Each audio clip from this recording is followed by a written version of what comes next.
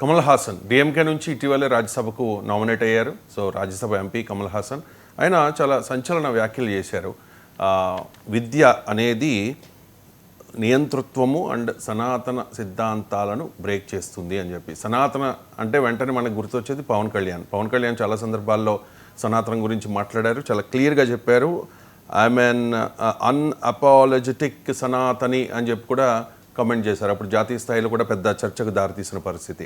So Udhayanidhi Stalin Tamil Nadu ఉప ముఖ్యమంత్రి so ఒకసారి సనాతన ధర్మం అంటే వైరస్ లాంటిది అని కమెంట్ చేస్తే పవన్ కళ్యాణ్ దాని మీద చాలా సీరియస్ అయిన పరిస్థితి. సో ఇప్పుడు డిఎంకే ఎంపీ కమల్ హాసన్ సనాతన ధర్మం మీద మాట్లాడారు. సనాతన ధర్మం అంటే తప్పు అన్నట్టుగా ఆయన మాట్లాడిన పరిస్థితి. అసలు చాలామందికి అర్థం కాని విషయం ఎంజీ రావు గారు, సనాతన ధర్మం అంటే ఏంటి అని. సో ముందుగా సనాతన ధర్మం అంటే ఏంటి? ఇక్కడ ఈ సనాతన ధర్మం మీద ఇలా కాంట్రవర్షియల్ టాపిక్ చేసింది ఎవరంటే కమల్ హాసన్, ఇప్పుడు రాజ్యసభ ఎంపీ. కమల్ హాసన్ అనగానే మనకి ఇళయరాజా మ్యూజిక్తో, భారత అద్భుతమైన మ్యూజిక్ గాన సాంప్రదాయంతో, అదేవిధంగా కె విశ్వనాథ్ ఇలాంటి అద్భుతమైన డైరెక్టర్లతో భారత సనాతన ధర్మాన్ని వివరించిన అద్భుతమైన సినిమాల్లో నటించాడు ఆయన. నేను నా జీవితం సినిమాల్లో నటించింది నిజంగా నటనే, నా రియల్ లైఫ్ ఇలా ఉంటుంది అన్నట్టు కమల్ హాసన్ మాట్లాడుతున్నాడు. అసలు సనాతన ధర్మం అంటే ఏంటి? ఇక్కడ పెద్ద ప్రశ్న అండి. ఇక్కడ అందరూ మాట్లాడతారు, అసలు సనాతన ధర్మం అంటే ఏంటి, ఎందుకు ఇలా మాట్లాడుతున్నారు? ఎస్పెషల్లీ తమిళనాడు ఈ రాజకీయాల్లో ఇక్కడ సనాతన ధర్మాన్ని ఎందుకు కాంట్రవర్షియల్ చేస్తారంటే, అసలైన విషయం ఏంటంటే సనాతన ధర్మాన్ని అద్భుతంగా పాటిస్తున్నది తమిళనాడు ప్రజలు. చాలా అద్భుతమండి.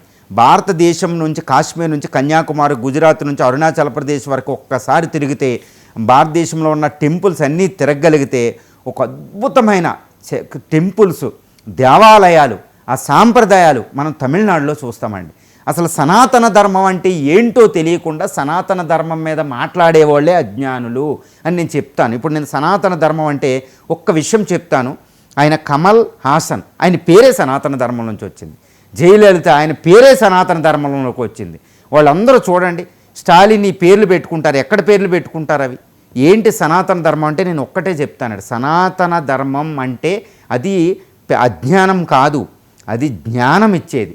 మన భారత తత్వశాస్త్రాలు ఉంటాయి. సనాతన ధర్మానికి మన పునాది వేదాలు, వేదాంగాలు, ఉపనిషత్తులు, ఇతిహాసాలు, తర్వాత మీమాంస శాస్త్రాలు, ఇలాంటి అద్భుతమైన శాస్త్ర విజ్ఞానాలు ఉన్నాయి.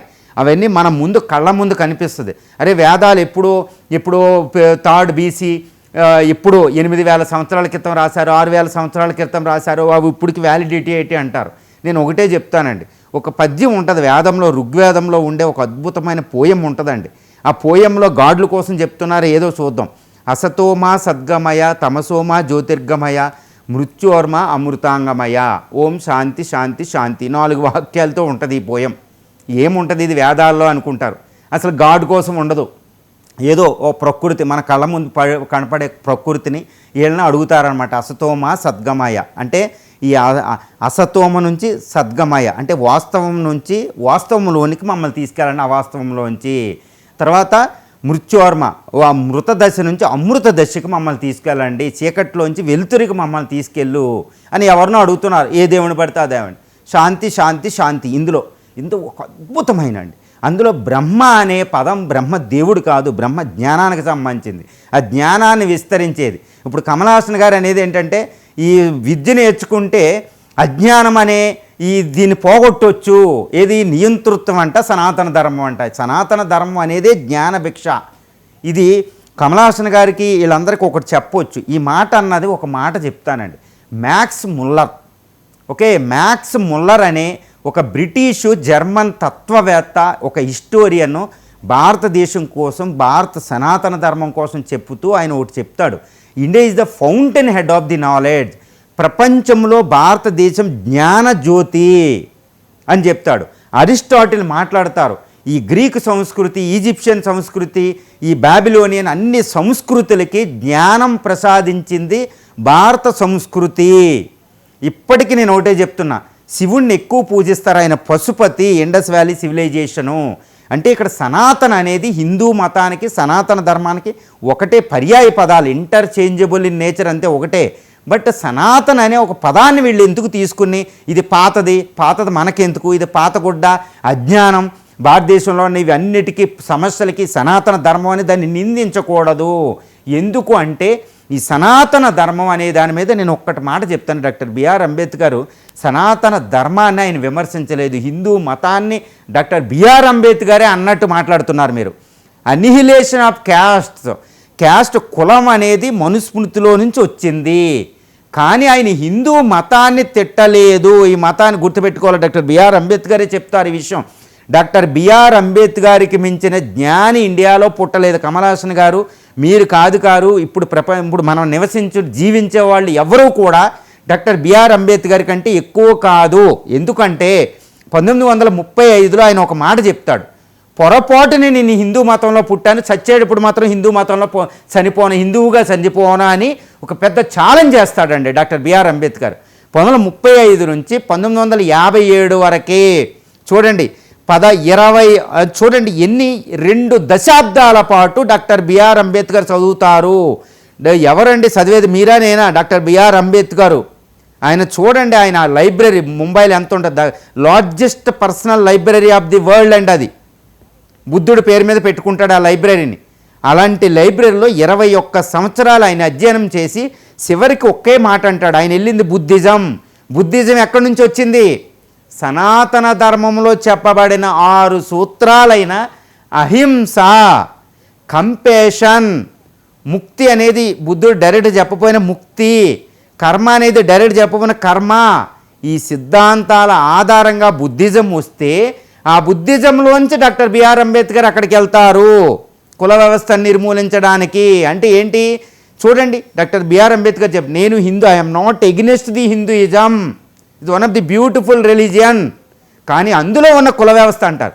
మీరు ఈ హిందూ మతంలో ఈ సనాతన ధర్మంలో మీరు ఏదైనా నచ్చకపోతే చెప్పాలి, అంతేగాని అమ్మ నువ్వు ఈ పని నాకు ఈ పని చేయడం నాకు ఇష్టం లేదమ్మా అని అమ్మతోనే చెప్పుకుంటాం, కానీ అమ్మను త్వజించకూడదు. అమ్మ సనాతన ధర్మం, హిందూ ధర్మం ప్రపంచంలో ఓల్డెస్ట్ రిలీజియన్, దాంట్లోంచి వచ్చిన అరిషడ్ వర్గాలు, ధర్మ అర్థ కామ మోక్షాలు. ఇప్పుడు మనం ఏమి చేయలేం, 33 కోట్ల మంది దేవతలు ఉన్నారని విమర్శిస్తారు గుర్రం జాషువా గారు, నేను చెప్తాను. కానీ సనాతన ధర్మంలో నీ ఇష్టం వచ్చిన దేవతలు నడుపు, ఎనార్మస్ ఫ్రీడమ్ ఉంది, ఏదైనా చేసుకోవచ్చు, శివుడిని తిట్టుకోవచ్చు వ్యాజోక్తితో, మళ్ళీ కొట్టుకోవచ్చు, పూజించవచ్చు, ఎన్ని అద్భుతమైన ధర్మం అండి. ఇంత ధర్మం ఎక్కడుంది? ఇది మతాలకు పుట్టినిల్లు సనాతన ధర్మం. చూడండి, బుద్ధిజం, జైనిజం లాంటి మతాల పుట్టినిల్లు, సంస్కృతులకు పుట్టినిల్లు. నేను ఫైనల్గా దీని మీద కమల్ హాసన్ గారికి సనాతన ధర్మం మీద మాట్లాడే వాళ్ళకి ఒక్కటే చెప్తున్నా, నేను వాళ్ళని కాదన్ను.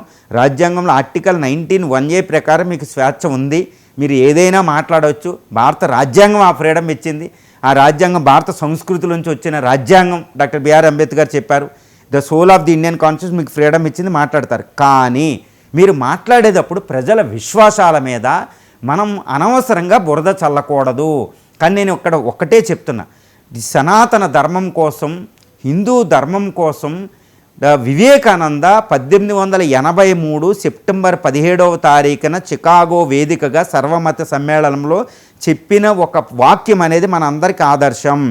దాన్ని ఆధారంగా చేసుకుని సర్వేపల్లి రాధాకృష్ణ అదే తమిళనాడు నుంచి వైస్ ప్రెసిడెంట్ అయ్యి గొప్ప తత్వవేత్తగా వెలిగి ప్రపంచంలోని ఈరోజు గురు పూజోత్సవం జరుపుకుంటున్నాం సెప్టెంబర్ 5.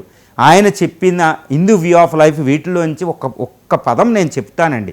సనాతన ధర్మాన్ని తిట్టొద్దు అని చెప్పడానికి వాళ్ళని కూడా విమర్శిస్తారంటే నేనేం చేయను. ఏం చెప్తారు వివేకానంద అంటే ఒక పదం ఛాలెంజ్ చేస్తారు. ప్రపంచంలోని అన్ని మతాలని, అన్ని సంస్కృతులను ఛాలెంజ్ చేస్తున్నారు అక్కడ వివేకానంద. కేవలం 22 సంవత్సరాల వయసులో ఆయన ఏం మాట్లాడతారు చూడండి. ఆయన మాట్లాడిన సంవత్సరం ఏదంటే 1883. భారతదేశం బానిసత్వంలో ఉంది. ఇండియన్స్ అనే చెప్పుకోవడానికి సిగ్గుపడే రోజున అమెరికాలో చికాగోలో మాట్లాడుతున్నారు ఆయన. ఆ పదం ఈ రోజుకి 22 సంవత్సరాల వయసులో అద్భుతంగా సనాతన ధర్మం, హిందూ ధర్మం కోసం వివేకానంద చెప్పిన పదాన్ని ఎవరైనా ఛాలెంజ్ చేయగలుగుతారా? కమల్ హాసన్ గారు కానీ ఎవరైనా. ఏం పదం ఆయన చెప్పాడంటే 1500 సంవత్సరాల పాటు భారతదేశాన్ని భారతీయులు ఏలుకోలేదు, అయినప్పటికీ ఇది తన కాళ్ళ మీద తాను నిలబడిందంటే it is a self sustainable religion. నేను ఛాలెంజ్ చేస్తున్నా, ఇట్ విల్ రైజ్ మళ్ళీ దీనికే రోజు ఉంటుంది, ప్రపంచంలో ఓల్డెస్ట్ రిలీజియన్, దీనికి మించింది లేదు అని చెప్పి ఒక క్యారెక్టరిస్టిక్ ఉంటుందండి. సనాతన ఎటర్నల్ ట్రూత్ హిందూయిజం తిట్టేవాళ్ళకి నేను ఒకటే మాట చెప్తున్నా, Hinduism it is not a religion అండి, ఇది ధర్మ. బ్రిటిష్ వాడు పెట్టాడు రిలీజియన్ అని. ఇది ధర్మం అయితే, ఇది మతం అయితే ప్రపంచంలో ఇది ఒక మతమే ఉండాలి, ఇంకో మతం ఉండడానికి వెళ్ళేది. ఎందుకంటే ప్రపంచమంతా ఆక్యుపై చేస్తున్నాం. ఎక్కడో పుట్టిన క్రిస్టియానిటీ ఒక అద్భుతమైన జీసస్ ప్రిన్సిపల్తో ప్రపంచం అంతా వెళ్ళింది, అవునా కదండి. ముస్లిం అద్భుతమైన ప్రపంచంలో ఇప్పుడు పెద్ద రిలీజియన్గా మారుతుంది. బుద్ధిజం, ఇండియాలో హిందూయిజం నుంచి వచ్చిన బుద్ధిజం కూడా ప్రపంచంలో సగం వెళ్ళిపోయింది. మరి హిందూయిజం ఎందుకు వెళ్ళలేదు అంటే వ్యాప్తి అనేది ఇక్కడ లేదు కాబట్టి అని వివేకానంద చెప్తారు. మా మతమే గొప్పదని చెప్పదు, ఏ మతమైనా గొప్పదంటే ఇది ఒకటే ఉంది. 2, వివేకానంద ఈ సనాతన ధర్మాన్ని ఎందుకు నిలబడిందని చెప్తారన్నమాట. అదేంటంటే హిందూ మతానికి సనాతన ధర్మానికి ఒకటి ఉందంటండి, అది assimilation, the power of assimilation, దేన్నైనా కలుపుకుని వెళ్ళే తత్వం. అందుకనే హిందూ మతాన్ని తిట్టినవాడు, గాడులను తిట్టినవాడు కూడా హిందూ మతంలో ఉంటాడు. ఒక అద్భుతం ఇది. ఇక్కడ ఉండే ఈ అరిషడ్ వర్గాలని, ధర్మ అర్థ కామ మోక్షాల నుండి బుద్ధుడు లాంటి వాళ్ళు పుడతారు, అవతార పురుషులు పుడతారు. నేను ఒకటే క్వశ్చన్ అడుగుతాను, ఎక్కువ ప్రపంచంలో అవతార పురుషులు అందరూ ఇండియాలోనే ఎందుకు పుట్టాలండి? ఇది ఒక అద్భుత ధర్మం. మనం చెప్పినంత మాత్రాన మీరందరూ రాజకీయాలు సనాతన ధర్మం మీద, ప్రజల విశ్వాసాల మీద చేయకూడదు. భారతదేశంలో ఏదైనా కుదరకపోతే దాన్ని గంగా నదిలో తుక్కు గంటినట్టు గెంటేస్తుంది. భారత సంస్కృతికి తనకు తాను శుద్ధి చేసుకునే ఒక స్వభావం కూడా ఉంది. కానీ ఇది ఒక రోజులో జరిగేది కదా, అది వెళుతూనే ఉంటుంది. ఇది ఒక లివింగ్ సివిలైజేషన్, ఒక సజీవ సంస్కృతి. ఈ సజీవం అనేది మార్చుకుంటూ ఉంటుంది. మానవుడి మీద చర్మం అంట ప్రతి 5 సంవత్సరాలకు మారిపోతూ ఉంటుందన్నమాట. ఈ సంస్కృతి ఒక సజీవ సంస్కృతికి వెళుతుంది. ఓల్డెస్ట్ సివిలైజేషను, 10,000 సంవత్సరాలు 6,000 సంవత్సరాల చరిత్ర కలిగిన ఒక సంస్కృతి కోసం ఇక్కడ ఏదో ఒక 60 సంవత్సరాలు బతుకుతూ మనమే జ్ఞానులు, మేధావులు, ఇదంతా తప్పు. ఏదన్నా తప్పు ఉంటే అది సవరించుకో ఉంటుంది. తప్పు లేని సంస్కృతి ఉండదు. కుల వ్యవస్థ అవన్నీ ఇంకా ఉన్నాయి దుర్గుణాలు, కానీ ఆ సనాతన ధర్మం పోగొట్టుకుంటుందండి. ఒక అద్భుతమైన ధర్మం ఉంది. తమిళియన్ పీపుల్లోనే ఒక అద్భుతమైన ధర్మాలు ఫాలో అవుతారు. సనాతన ధర్మం అంటే హిందూ మతం, హిందూ మతం అంటే హిందూ ధర్మ. It is not a religion, it's a way of life. Doctor Sarvepalli Radhakrishna గారే చెప్తారు, హిందూ అనేది మతం కాదు, it's a way of life. ఇది ఒక ధర్మం అంటే వే ఆఫ్ లైఫ్ అండి. ధర్మం అనే పదాన్ని లిటరల్గా తీసుకోకూడదు, బ్రహ్మ అనే పదాన్ని లిటరల్గా తీసుకోవద్దు. హిందూ మతం అనేది బ్రిటిష్ వాడు పెట్టాడు, మతం అనేది లేదు ఇది. అందుకని భారతదేశంలో మీకు ఒకటే చెప్తున్నా, ప్రతి 50 కిలోమీటర్లు మీరు ట్రావెల్ చేసే భాషల్లో మార్పు వస్తాయి, మాండలికంలో మార్పు వస్తాయి, మతంలో మార్పు వస్తుంది, కలర్లో మార్పు వస్తుంది, ఫుడ్ మనం తినే మార్పులు వస్తాయి, వాతావరణంలో మార్పు వస్తుంది, నేలల్లో మార్పులు వస్తాయి. ప్రతి 50 కిలోమీటర్లకు మార్పులు వస్తాయి. జమ్మూ అండ్ కాశ్మీర్ నుంచి తమిళనాడు దాకా వెళ్తే ఇది ఒక దేశంగా కూడా కనపడదు. కానీ యూనిటీ ఇన్ డైవర్స్, భిన్నత్వంలో ఏకత్వం. మీరు ఏకత్వాన్ని చూడండి, భిన్నత్వం కాదు. ఈ భిన్నత్వంలో ఏకత్వం భారతదేశ ధర్మాల మీద, భారతదేశ సూత్రాల మీద, ఈ వైవిధ్యాల మీద రాజకీయాలు చేస్తే ఆ రాజకీయాలు మీరు చరిత్రలో నిలవకుండా అయిపోతారు. కాబట్టి కమల్ హాసన్ గారు అద్భుతమైన సినిమాలు తీసిన అయినా ఒకసారి సినిమాలకు వెళ్ళి, ఆ ఇళయరాజా తీసిన ఒక అద్భుతమైన మ్యూజిక్ స్వాతిముత్యంలోకి వెళ్ళి ఆ సంగీతాన్ని వింటే, ఈ సంగీతం ఎక్కడి నుంచి వచ్చిందని మీరు ప్రశ్నించుకుంటే ఇవన్నీ మీకు అర్థమవుద్ది సనాతన ధర్మం ఎంత గొప్పదో. మీరు ఒక సిదంబరం వెళ్ళి, లేకపోతే అరుణాచలం వెళ్ళి, లేకపోతే ఇంకొక గుడికి వెళ్ళి అక్కడే కూర్చుని అక్కడ ఉన్న శాస్త్రాలన్నీ పరిశీలిస్తే మీకు ఒకటి అర్థమవుద్ది. 1 కోటి మంది ప్రజలు దర్శించుకుంటారు అరుణాచలాన్ని. ఇది ఎందుకు దర్శించుకుంటారు? వాళ్ళ విశ్వాసం ఏంటి? అక్కడ ఎటువంటి ప్రోపగండా ఉండదు. ప్రజల విశ్వాసం ఏదో ఉంది. బ్రిటిష్ వాడు 250 సంవత్సరాల్లో దీన్ని మట్టి కరిపించడానికి ట్రై చేశాడు. ఓకే, 712లో వచ్చిన ముస్లిమ్స్ రాజులు, తర్వాత మొఘల్స్, ఢిల్లీ సుల్తానేట్ దీన్ని సర్వనాశనం చేయడానికి ట్రై చేశారు. కానీ ఈ బ్రిటిష్ వాళ్ళు లాంటి అతి పెద్ద దుర్మార్గుడు కూడా ఈ మహావృక్షమైన ఒక మర్రి చెట్టు లాంటి భారత సనాతన అద్భుతమైన సంస్కృతిలో ఈ బ్రాంచ్ కనీసం కాండాను కూడా ఆడికి అర్థం అవ్వలే. ఆ మొక్కలను ఆకులను తాకాడాడు, కానీ వేరులు కూడా ఎక్కడున్నాయో తెలియదు. ఈ వేరులు మీకు ఒకటే చెప్తున్నానండి, వర్షాకాలం లేనప్పుడు ఎండాకాలంలో పచ్చగడ్డి కనపడకుండా ఎడారిలాగా కనపడే నేల ఒక తొలకరి వర్షం కురవగానే ఎక్కడి నుంచో పచ్చగడ్డి 2 రోజులు వచ్చేస్తాయి. అలాగ భారతదేశం సిగిరిస్తుంది. అదే వివేకానంద చెప్పింది. తత్వవేత్తలు మాట్లాడింది, గొప్ప వేత్తలు మాట్లాడింది, సామాన్య ప్రజలు ఫాలో అవుతున్నారు. మధ్యలో మిడిమిడి జ్ఞానంతో వచ్చి దాని మీద వ్యాఖ్య చేయకండి.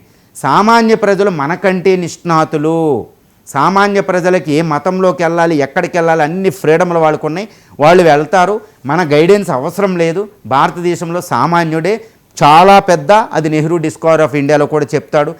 అమర్త్య సేన్ కూడా తన ఆర్గ్యుమెంటేటివ్ ఇండియన్ చెప్తాడు, సామాన్యుడు చాలా తెలివైన వాడు, వాడంత జ్ఞాని ఇండియాలో లేడు, అందుకే వాళ్ళే ఓట్లేస్తున్నారు. బాగా చదువుకుని మేధావులు అన్నవాడు ఎవడో ఓటు బ్యాంక్ వెళ్ళి ఓటు కూడా వేయడంలే గొప్ప గొప్ప సిటీల్లో. కాబట్టి సామాన్యుడికి వదిలేద్దాం. అదే సనాతన ధర్మమా, హిందూ ధర్మం, ఏ ధర్మమో ఫాలో అనే ఒక అద్భుతమైన జ్ఞానం వాళ్ళకు ఉంది, వదిలేద్దాం. కమల్ హాసన్ గారు, మనం మాట్లాడక్కర్లేదు ఆ విషయాన్ని.